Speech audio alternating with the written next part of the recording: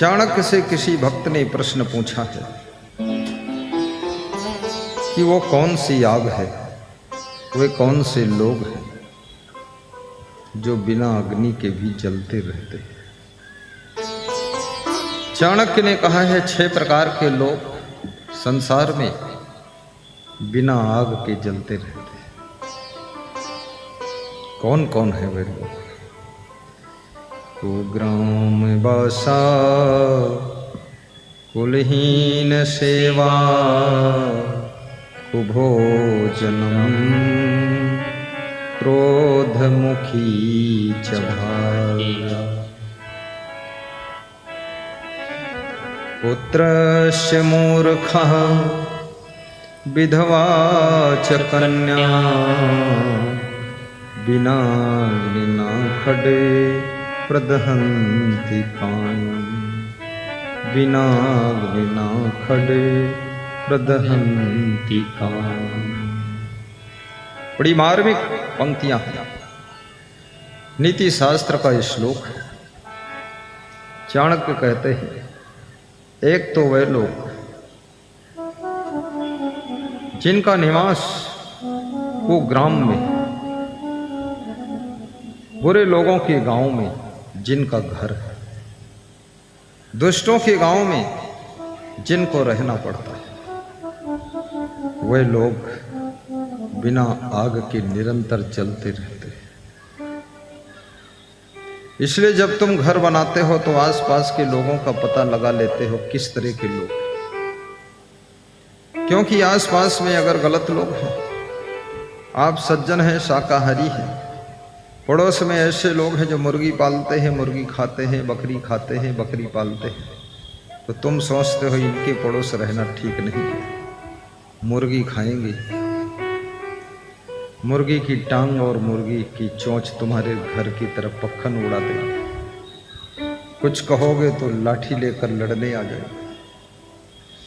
बहुत से साधु संत भी ऐसे गलत जगहों पर आश्रम नहीं बनाना चाहते, और आश्रम बन गया है तो बेच करके दूर जाना चाहते, क्योंकि दुष्टों के गांव में शांति नहीं मिल सकती। जिस गांव में लट्ठबाजी चल रही है, जिस गांव में बात बात में लड़ाई झगड़ा, गुस्सा, क्रोध, गाली गलौज, मार पीट, रिपोर्ट, थाना कचहरी, सब खिचड़ी पक रही है, जिस गांव के लोग एक दूसरे को गिराने में ही लगे रहते हैं, जिस गांव के लोग ऐसे प्रपंची हैं, तुम्हारा मकान क्यों बन गया, इस बात की चिंता में लगे हैं कि इनका मकान गिराया कैसे जाए, हमारा क्यों नहीं बना, इस बात की चिंता नहीं है। तुम्हारा क्यों बन गया, इस बात की चिंता ज़्यादा है। और तुम्हारा बना हुआ मकान गिराने के लिए कोशिश में लग जाते हैं लोग। ऐसा गांव दुष्टों का गांव है, जिस गांव के लोग दूसरों की उन्नति को देखना नहीं चाहते, प्रगति को देखना नहीं चाहते हैं, तुम्हारी सुख सुविधा को देखना नहीं चाहते हैं, और तुम्हें धनवान देखना नहीं चाहते हैं, ऐसा दुष्टों का गांव। जिस गांव का खान पान पूरा बिगड़ा हुआ है, जिस गांव का रहन सहन बिगड़ा हुआ है, जिस गांव की स्त्रियां सुपर्णखा बनकर घूम रही हैं, और जिस गांव की लड़कियां हीरोइन बनकर घूम रही, छछुंदर बनकर, और जिस गांव के लड़के मजनू बनकर इधर उधर चक्कर काट रहे हैं, और जिस गांव में कोई चरित्र का स्थान नहीं है, ऐसे गांव में रहने वाले लोग बिना आग के रात दिन दुख में जलते रहते हैं, रात दिन दुख में जलते रहते हैं। जय। कुग्राम बासा, कुलहीन सेवा, कुभोजनम, क्रोधमुखी च भार्या। और कुलहीन सेवा, ऐसे लोगों की सेवा करना पड़ रहा है मजबूरी में, जो गुणहीन है, विचारहीन है, कोई संयम नियम नहीं है, जिनके आचरण भ्रष्ट हैं, जिनके बाप दादे भी भ्रष्ट थे, जो खुद भी भ्रष्ट हैं, और उनकी सेवा करना पड़ता है, भ्रष्ट लोगों। याद रखना, शीलम अनारि सेवा, जब भ्रष्ट लोगों की सेवा करते हो धीरे धीरे तुम्हारा शील गुण नष्ट हो जाता है, तुम्हारा चरित्र भी कमजोर हो जाता है। जब किसी महान गुरु की सेवा करते हो, महान संत की सेवा करते हो, कोई पवित्र आत्मा भक्त की सेवा करते हो, तुम्हारे अंदर शील गुण प्रबल रूप से बढ़ता है और तुम धीरे धीरे चरित्रवान बनते चले जाते हो। इसलिए सेवा में भी अंतर होता है। बबूल के पेड़ की सेवा करोगे तो फूलों की खुशबू नहीं मिलेगी, कांटे ही चुभने वाले तुमको मिलेंगे। लेकिन गुलाब के पौधे की सेवा करोगे तो सुगंधित फूलों की खुशबू तुमको प्राप्त होगी। इसलिए सेवा भी महान व्यक्तियों की करनी चाहिए। कुग्राम बसा कुलहीन सेवा,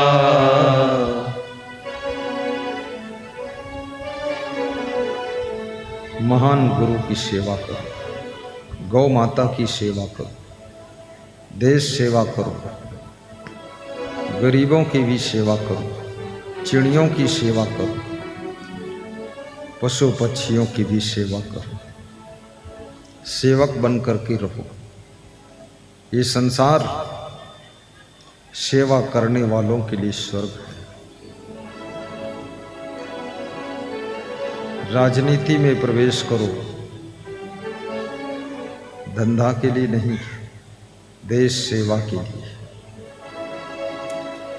ईमानदारी, वफादारी, जिम्मेदारी से काम करो।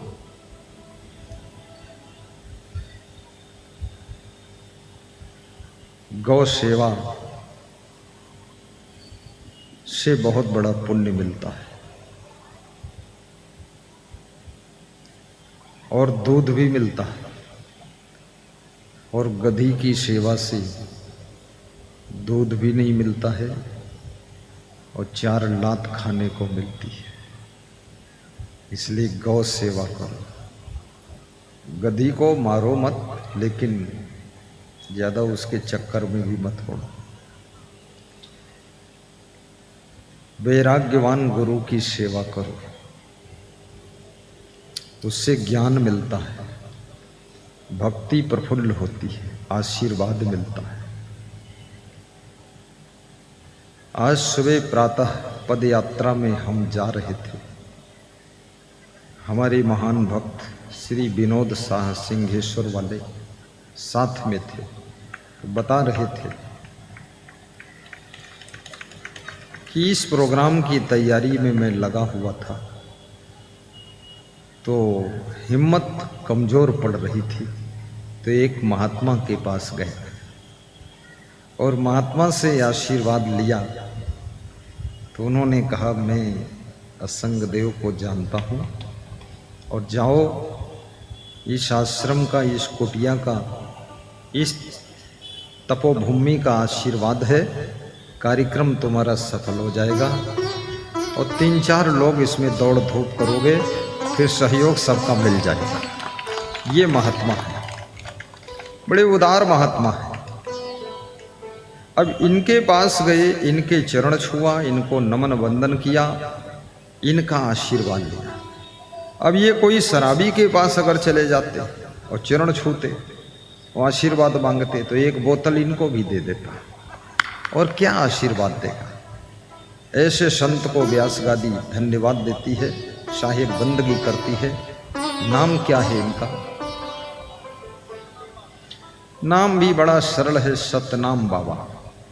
सतनाम सतनाम सतनाम बोल, जय करुणामय सतनाम बोल। सतनाम सतनाम सतनाम बोल, जय करुणामय सतनाम बोल। गर्भवास में भक्ति कबूले, गर्भवास में भक्ति कबूले। बाहर आकर उसको भूले, बाहर आकर उसको भूले। पापों की गठरी जल्दी खोल। सत्यनाम सत्यनाम सत्यनाम बोल। पापों की गठरी जल्दी खोल। सत्यनाम सत्यनाम सत्यनाम बोल। जय करुणामय सत्यनाम बोल। जय करुणामय सत्यनाम बोल। ऐसे महान पुरुषों की सेवा करो, उनसे प्रेम करो, स्नेह करो और अपने माता पिता की भी सेवा करो। सवेरे कहीं जाओ तो सबसे पहले माता पिता का आशीर्वाद लेकर के तब जाओ, सफलता मिलेगी। कोई स्त्री मायके को जब जाए, पति के पैर छूकर प्रसन्न होकर पति की आज्ञा लेकर जाए। कल एक माता जी भजन गा रही थी, बहुत अच्छा भजन गा रही थी कि पति की आज्ञा लेकर जाना कहीं बाहर, ऐसा सुना रही थी। उसका भजन मैं पीछे से सुन रहा था, बहुत अच्छा लग रहा था। और युग चाहे जितना बदल जाए, दुनिया बदल जाए, लेकिन रिश्तों के जो नियम है, मर्यादा है, उसको टूटने मत देना। कुलहीन सेवा, गौ माता की भी सेवा करना, वृद्धाश्रम बनाने की जरूरत न पड़े। एक एक गाय को पाल लीजिए, दो दो गाय पालिए, भैंस भी पालिए, 2 गाय हो 4 भैंस हो। दूध बेचिए भी और दूध खाइए भी, और मेहमानों को भी दूध खिलाइए, और दूध का घी बनाइए और घी भी बेचिए। दूध बेचना, घी बेचना बुरा नहीं। एक दूध बेचने वाले से मैंने पूछा, तुम दूध में पानी मिलाते हो कि नहीं मिलाते? तो उसने कहा, मैं दूध में पानी थोड़ा मिलाता हूँ। तो क्यों मिलाते हो? बोला, दूध इतना डार्क है, इतना गाढ़ा है कि लोगों का डाइजेशन खराब हो जाता है इसलिए थोड़ा पानी मिला देता हूँ। अगर दूध बेचने वाला थोड़ा पानी भी मिला देता तो बुरा नहीं है, पानी जहर नहीं है, क्योंकि उसको माइलेज नहीं आ रहा है, भैंस के ऊपर खर्चा ज़्यादा हो रहा है, तो थोड़ा पानी मिलाकर बेच देता है। इसको बुरा मत मानना, क्योंकि पानी मिलाने से स्वास्थ्य खराब नहीं होगा। डीजल पेट्रोल मिला दे दूध में तो गड़बड़ हो जाएगा, तो पानी मिलाने से स्वास्थ्य खराब नहीं होगा, और कुछ उसको मिल जाएगा, उसके बच्चे पल जाएंगे। क्योंकि जिसमें फायदा नहीं होता, बचत नहीं होती, वो कार्य मनुष्य करता नहीं। इसलिए थोड़ा बचत भी होना चाहिए। और व्यास गादी ये भी निवेदन करेगी कि हर घर में माताओं बहनों का आदर रखिए, इनको गाली मत दीजिए। गाली देने से आपके घर की लक्ष्मी रूठ कर चली जाती है, आपके घर में दरिद्र आकर के बैठ जाता है, फिर उस दरिद्र को भगाने में बहुत समय लग जाता है और बहुत समय तक गरीबी भोगना पड़ता है। इसलिए माताओं बहनों को कभी गाली नहीं देना चाहिए। किसी स्त्री को गाली देने से उस पुरुष का भाग्य फूट जाता है, क्योंकि स्त्री का दूसरा नाम लक्ष्मी भी है, और लक्ष्मी को तुम गाली दे रहे हो तो आपके घर में लक्ष्मी टिकने वाली नहीं है। इसलिए ये जो नारियां बैठी हैं, ये लक्ष्मी का रूप होती है, इनको गाली मत दिया करो, कभी कभी क्षमा कर दिया करो, भूल चूक हो जाती है। अभी हमारे पास में बनारस के संजय प्रभु आए, बोले गुरुजी भूल हो जाती, गलती हो जाती है, क्षमा करना। हमने कहा नहीं, तुम हमारे नियम का पालन करते हो, कोई भूल नहीं, गलती नहीं, खुश रहो। कितने बजे जाना है? बोले 3:45 बजे जाना है। मैंने सुनील भारती को बुलाया कि इनको जाना है, कुछ दक्षिणा उछिणा दे देना, किराया भाड़ा हो जाए। तो उन्होंने कहा सम्मान के साथ हम विदा करेंगे। तो हम खुश हो गए और सम्मान के साथ विदा। देखिए गंभरिया से भक्त उधर मुड़कर देखिए, ये गंभरिया के भक्त यहाँ सेवा के लिए आए हैं। इनका और कोई स्वार्थ नहीं है। गैस एजेंसी के मालिक हैं, पेट्रोल पंप के मालिक बनने वाले थे, तो हमने बनने नहीं दिया है, अगले साल बन जाएंगे। और ये वहां से सेवा करने आए हैं। बहुत बड़ी बात है, कितनी श्रद्धा है। इन्होंने अपनी पत्नी से छुट्टी मांग लिया। याद रखना, 1-2 दिन के लिए जाना हो तो कोई बात नहीं, लेकिन लंबे समय तक सेवा के लिए जाना हो तो अपनी पत्नी से छुट्टी जरूर मांगना चाहिए। और मायके में जाना है 10 दिन के लिए तो पति से छुट्टी मांग कर जाओ, क्योंकि ये रिश्ते ऐसे हैं जिसमें पत्नी का मालिक पति होता है और पति का मालिक पत्नी होती है। दोनों जीवन संगी होते हैं, एक दूसरे का अधिकार दोनों के हाथ में होता है। इसलिए दोनों को दोनों से छुट्टी लेकर ही जाना चाहिए, तो घर में किसी प्रकार की समस्या पैदा नहीं हो। छुट्टी लेना चाहिए। सेवा के लिए आए। सेवा बहुत बड़ी चीज है। मैं गुजरात में देखता हूं, वहां पर हर जिले में बहुत से वृद्धाश्रम, लेकिन बिहार में मैं देखता हूं वृद्धाश्रम ना के बराबर। भले ही बिहार में लोग थोड़ा गुस्सा तो करते हैं यहाँ लोग, लेकिन प्रेम भी बहुत है। बिहार के लोग रोते भी बहुत हैं। अभी कोई अगर करुणा भरा भजन गाने लग जाए तो बिहार के सभी लोगों की आंखें डबडबा जाएंगी। ये बिहार करुणा से भरा हुआ बिहार है, ममता से भरा हुआ बिहार है, प्रेम से भरा हुआ बिहार है और आंसुओं से डूबा हुआ बिहार है। आंसुओं में डूबा हुआ बिहार। यहां वृद्धाश्रम नहीं है, ये बड़ी अच्छी बात, क्योंकि हर व्यक्ति अपने अपने वृद्ध की सेवा अपने अपने घर में कर लेता है। और अपने अपने वृद्धों की सेवा अपने अपने घर में कर लो तो संसार स्वर्ग है। और अपने अपने घर के बूढ़ों को उठाकर वृद्धाश्रम में डाल दो तो जिंदगी नरक है, क्योंकि एक दिन तुम बूढ़े होगे, तुम भी वहीं डाले जाओगे।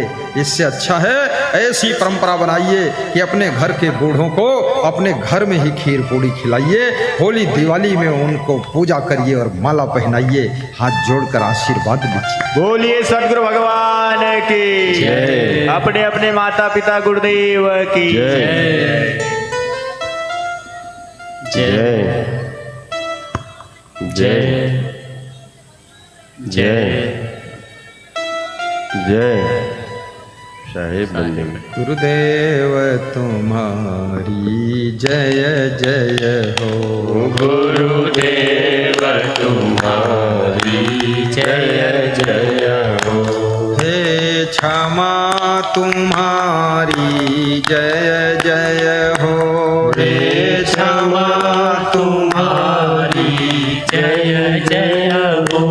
कबीर तुम्हारी जय जय हो। कबीर तुम्हारी जय जय हो। महावीर तुम्हारी जय जय हो। महावीर तुम्हारी जय जय हो। बोलिए सद्गुरु भगवान की जय। आगे 1000 लोगों के बैठने के लिए जगह खाली है। जो माताएं बहनें पुरुष बंधु आगे आना चाहें आ जाएं। बहुत सुंदर जगह बिछौना बिछा हुआ है, बैठ भी सकते हैं, लेट भी सकते हैं, करवट लेकर दर्शन भी कर सकते हैं। आइए, आगे बहुत जगह है। ये कुंभ मेला जैसा लगा हुआ है, लगता है प्रयागराज का कुंभ मेला आ गया है। बड़ी श्रद्धा है, बड़ी बहार है, होली का त्योहार है। होली के उपलक्ष्य में ये आयोजन होगा। अभी होली के बारे में भी बताऊंगा मैं। यहाँ कोई अगरबत्ती जला रहा है, कृपया अगरबत्ती बुझा दे। कहीं से अगरबत्ती की खुशबू आ रही है, जरा पता लगा लीजिए। जिसने अगरबत्ती जलाई हो बुझवा दीजिए। यहाँ कोई अगरबत्ती नहीं जलाएगा। यहाँ तो केवल प्रेम बत्ती जल रही है, ज्ञान बत्ती जल रही है, श्रद्धा की बत्ती जल रही है। यहाँ कोई और बत्ती की जरूरत ही नहीं है। सब बत्ती जिंदगी में बुझ जाना चाहिए, केवल ज्ञान की बत्ती जल जाना चाहिए, तो जिंदगी स्वर्ग हो जाएगी। साहिब बंदगी किसी घर में एक नई नई बहू आती है। बहू पढ़ी लिखी थी, तो उसने अपने पति को ज्ञान देना शुरू कर दिया। 1 साल तक पति को ज्ञान कुछ हुआ नहीं, जैसा का तैसा रहा। लेकिन कहावत है, 100 बार फूंकने से गीली लकड़ी भी जल जाती है। तो बार बार ज्ञान दिया, बार बार समझाया कि अपने बूढ़े माता पिता को वृद्धाश्रम में छोड़ दीजिए, इनकी सेवा हम नहीं कर पाएंगे, इनको हम भोजन बनाकर नहीं खिला पाएंगे और इनके हम कपड़े गंदे धो नहीं पाएंगे, इनको पहुंचा दीजिए वृद्धाश्रम। धीरे धीरे पति पत्नी के ज्ञान से प्रभावित हो गया और इतना प्रभावित हुआ कि एक दिन अपने माता पिता को गाड़ी में बिठाकर वृद्धाश्रम छोड़ने के लिए चला गया। जब वृद्धाश्रम छोड़ने के लिए गया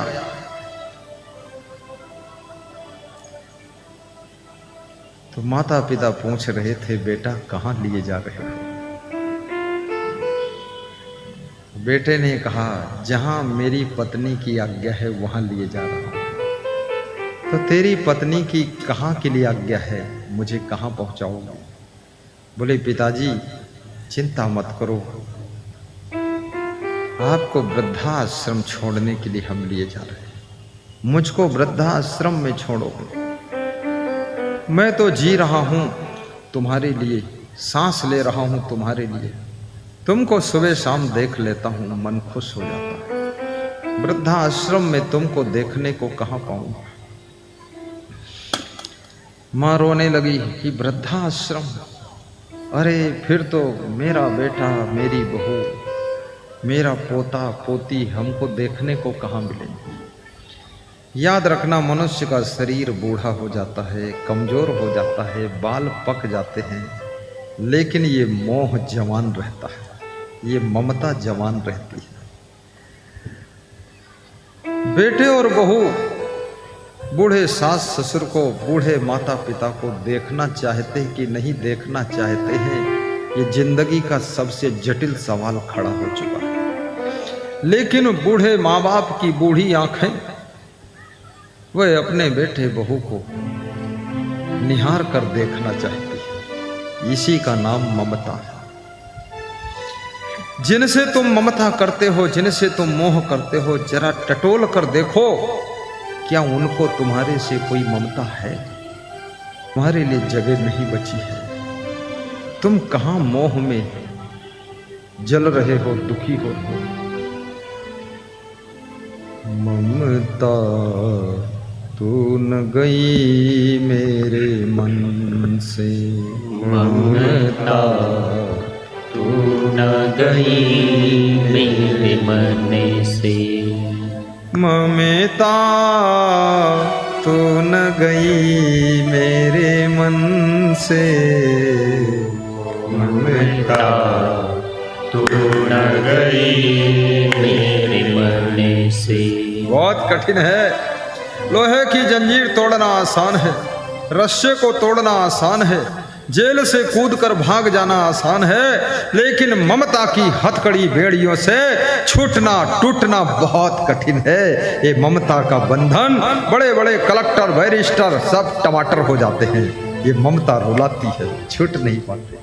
कोई पोता की ममता में बंध जाता है, कोई बहू की ममता में बंध जाता है, कोई बेटे की ममता में, कोई पोते की ममता में, कोई अपनी पत्नी की ममता में, कोई पति की ममता में, कोई अरे पड़ोसी स्त्री की ममता में फंस गए लोग कहीं न कहीं बंधे रहते हैं और रोते रहते हैं, उसी में पड़े रहते हैं, जूते खाते रहते हैं, तमाशा देखते रहते हैं और चिल्लाते भी रहते हैं कि अब घर में मन नहीं लगता है, लेकिन ममता बांध कर घर ही में रहने देती है।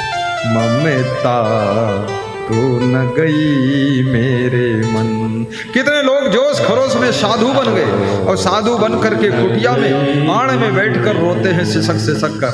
घर की याद आ रही, अरे लंगोटी बांध दिया फिर भी घर की याद आ रही। और कितने लोग जोश में घर से भाग गए, बोले अब कभी नहीं आऊंगा, और उसके बाद ममता उनको लाकर फिर घर में बिठाती है।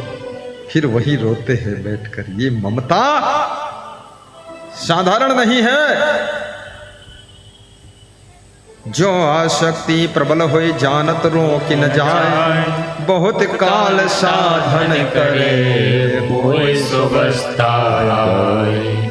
पारख दृष्टि प्रबल जब सत्संगत यति जोर, रात दिना चिंतन करे तब पावे कहूँ ठोर।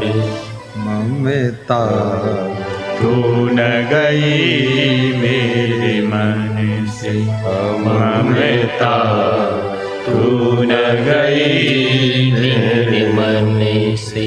पाके बाल पाके केस जन्म के साथी, पाके केस जन्म के साथी, ज्योति गई नैनन से, ज्योति गई नैनन से।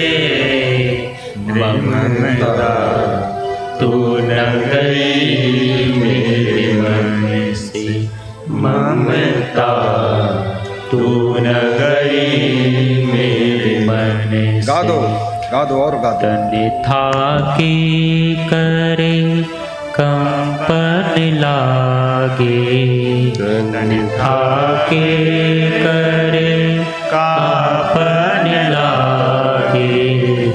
लाज गई नैनन से, लाज गई लोकन से। ममता तू न गई मेरे मन से, ममता तू न गई मेरे मन से। श्रवण बचन ना सुनते कहो के, श्रवण वचन ना सुनते कहो के। बल गए सब इंद्रियन से, बल गए सब इंद्रियन से। टूटे वचन दसन नहीं आवते, टूटे दसन वचन नहीं आवते। शोभा मुखन से, शोभा मुखन से। रे ममता तू न गई मेरे मन से, रे ममता तू न गई मेरे मन से। कफवात पीते कठ पर बैठे, कफवात पीते कठ पर बैठे। सत ही बुलावत करते, सत ही बुलावत करते। भाई बंधु सब परम प्यारे, भाई बंधु सब परम प्यारे। नारी निकारते घर से, नारी निकारते घर से। रे ममता तू न गई मेरे मन से, रे ममता तू न गई मेरे मन से। तू न गई मेरे मन से। सुखद सत्संग में शीश झुका के, जब से गुरुवर चरण तिहारे। चंद्रमुख का दर्शन हो गया, ममता दूर सिधारे, ममता दूर सिधारे। कितनी कठिन है ममता, सोचना ईश्वर। मोह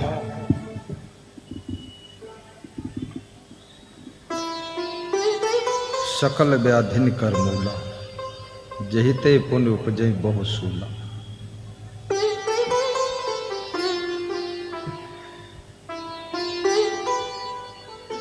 दोनों बूढ़े माता पिता रोने लग जाते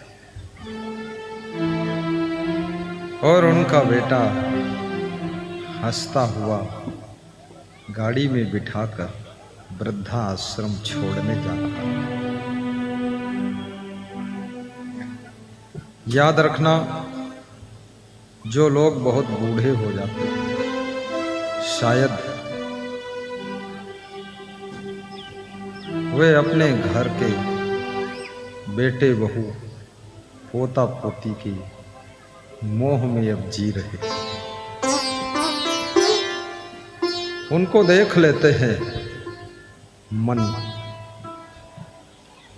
तसल्ली पा जाता है। लेकिन बेटे और बहू यदि कठोर हैं तो अपने घर के बूढ़े सास ससुर माता पिता को अपने आप से दूर कर देते हैं। समय निकालकर घर के बूढ़ों के पास थोड़ा बैठना, समय निकालकर अपने बच्चों के पास बैठना। जब से मोबाइल आया है तब से लोग अपने माता पिता के पास बैठने के लिए भी टाइम नहीं निकाल पाते। जो थोड़ा टाइम बचता था वो मोबाइल में वेस्टेज हो जाता।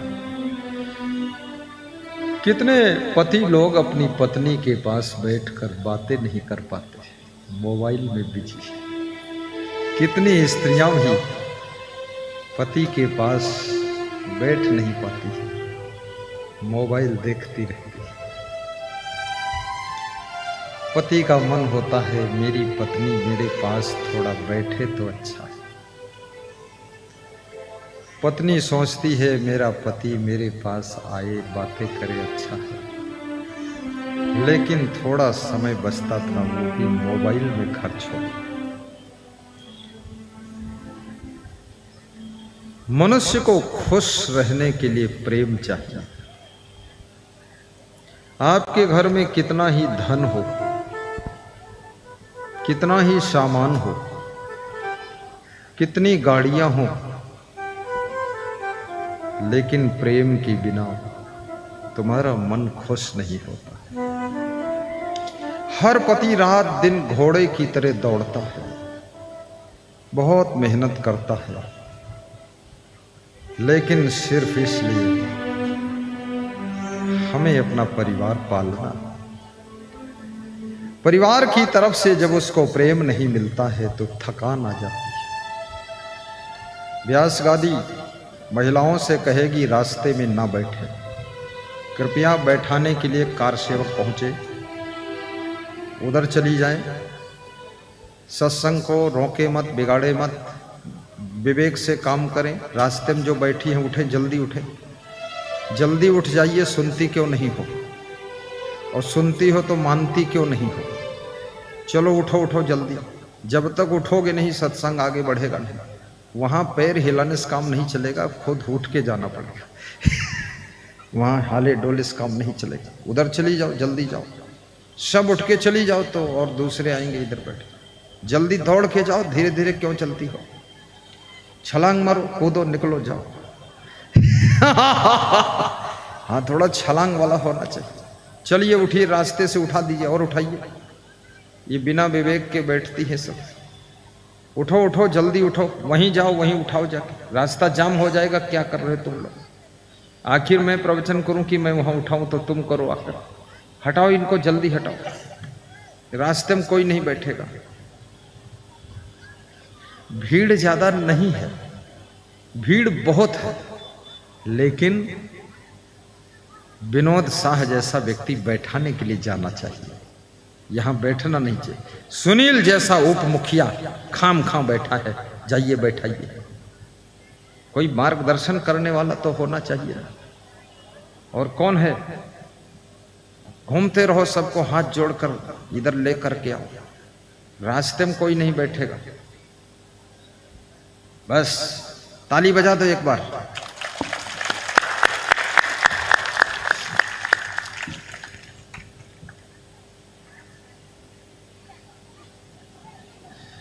बेटा अपनी माता पिता अरे बिल्ली बोल रही है, क्या बोल रही हो?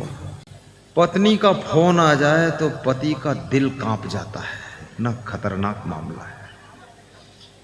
और कितनी स्त्रियों ने अपने पति को इतना धमका के रखा है कि माघ की ठंडी में भी पसीना छूटता है उसका। बहुत डरे हुए हैं पति लोग।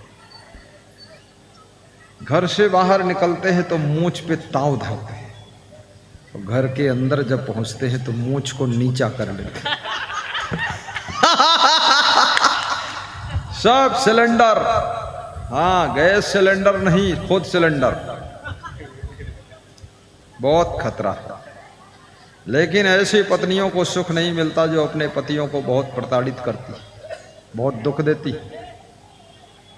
उनको कभी सुख नहीं मिलता। इसलिए पति को आदर के साथ रखना चाहिए। यदि तुम लक्ष्मी हो तो पति तुम्हारे लिए, पति को भगवान का भी स्थान दिया गया है गृहस्थ आश्रम में। ये पति का दर्जा कोई साधारण थोड़े है। और पतियों को भी अपनी अपनी गरिमा में रहना चाहिए। शराब पीना, जुआ खेलना, ताश खेलना, व्यभिचार करना, ये तो पति का पतन है, ये पति का धर्म नहीं। आप अपनी महिमा में रहो। पत्नी का फोन आ गया रास्ते। पत्नी कहती है, अपने माता पिता को वृद्धाश्रम में छोड़ दिया। बोले छोड़ दिया। 5 किलोमीटर लौट आया हूं, रास्ते में हूं, थोड़ी देर में पहुंच रहा हूं। अरे तो क्या अपने माता पिता को ये तुमने बता दिया है कि जीवन में दोबारा घर वापस नहीं आएंगे? ये बोल दिया कि नहीं? वहीं रहेगा। तो बेटा बोला, इतना कठोर नहीं बोला हूं, छोड़ दिया हूं, चला आया। पत्नी ने कहा, वापस लौटो और जाओ अपने माता पिता को बोल कर आओ, अन्यथा 1 महीने बाद वो फिर आ जाएंगे। आज्ञाकारी पति था, वापस लौट गया। माता पिता को रोता हुआ छोड़कर गया था, लेकिन जब दोबारा वापस लौट कर गया तो वहां का सीन था बदला हुआ था, नजारा बदला हुआ था। उसके बूढ़े माता पिता वृद्धाश्रम के मैनेजर के साथ बैठकर गप कर रहे थे और हंस रहे थे और ताली बजाकर मस्त बात कर रहे थे। दुख भी ज्यादा समय तक नहीं रहता है, याद रखना। दुख का असर भी धीरे धीरे कम हो जाता है। कोई भी दुख हो, आज का ताजा दुख जो आज है कल हल्का होगा, परसों और हल्का होगा। तुम्हारे घर चोरी हो गई, उसका आज जो दुख है ये कल नहीं रहेगा। 1 महीने बाद ये दुख कम हो जाएगा, 1 साल बाद ये दुख भूल जाएगा। ये दुख और सुख दोनों भूल जाते हैं।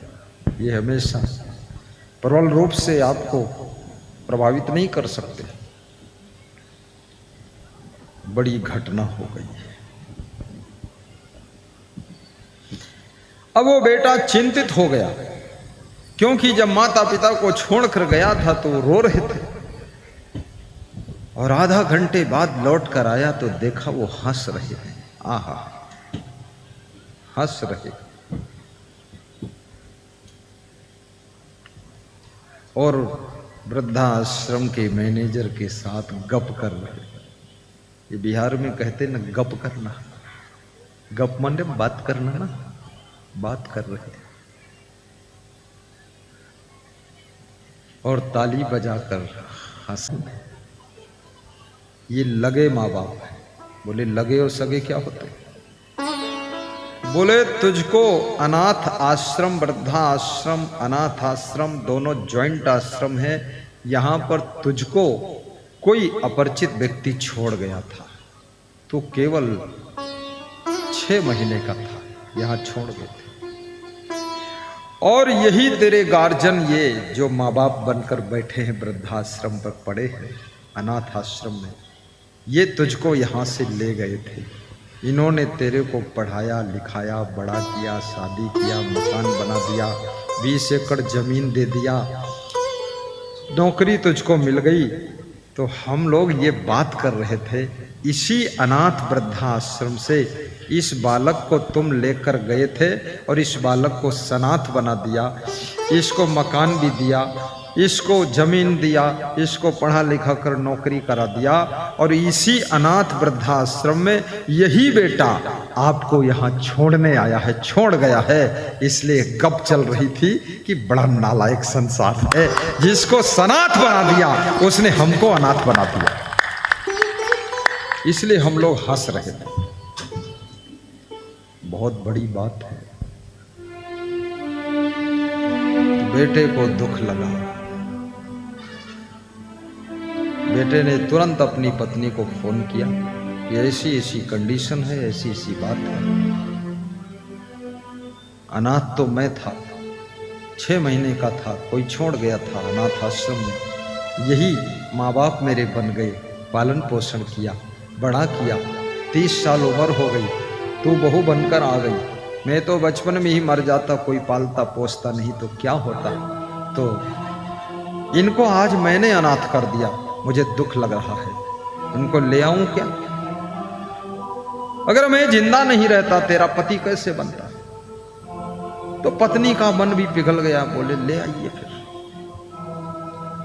हाथ जोड़कर कहा पिताजी वापस चलिए, माँ वापस चलिए। तो बूढ़े माँ बाप हंसने लगे। बोले हाथी के निकले हुए दांत अब अंदर नहीं होते हैं, और घर से निकला हुआ बूढ़ा अब घर के अंदर नहीं आता। अब ऐसी ही जिंदगी ठीक है। संसार का ज्ञान प्रवचन से नहीं हुआ, सत्संग से नहीं हुआ, रामायण भागवत से नहीं हुआ, लेकिन मेरी बहू ने मुझको पूर्ण ज्ञान करा दिया कि संसार क्या है। अब हम समझ गए। अब यही भजन करेंगे, यही जिंदगी बिता लेंगे, अब घर वापस नहीं जाएंगे। अब सोचिए,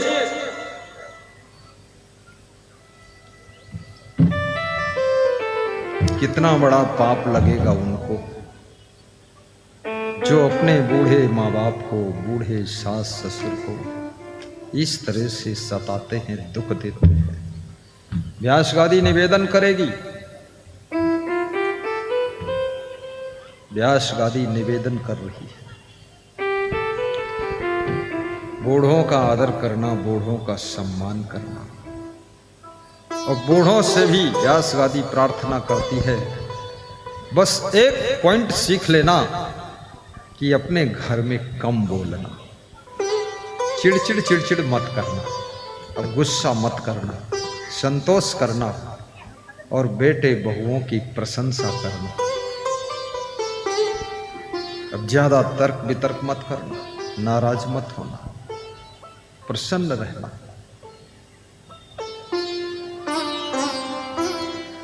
कभी कभी हर बूढ़े को कहना चाहिए कि मेरा बेटा अच्छा है, और तब कहना चाहिए जब बेटा भी सुन रहा हो। और कभी कभी ये भी कहना चाहिए सास ससुर की, मेरी बहू कलयुग को देखते हुए बहुत अच्छी है। ये शब्द बेटे और बहू को चार्ज कर देंगे, सेवा करने के लिए शक्ति दे देंगे। याद रखना, हर व्यक्ति दो शब्द प्रशंसा के सुनना चाहता है, धन्यवाद के शब्द सुनना चाहता है। इसलिए बूढ़ों को धन्यवाद देना चाहिए और बूढ़ों को आशीर्वाद भी देना चाहिए और बूढ़ों को वाद विवाद नहीं करना चाहिए, घर को आह्लाद से भर देना चाहिए। बोलिए सद्गुरु भगवान की जय।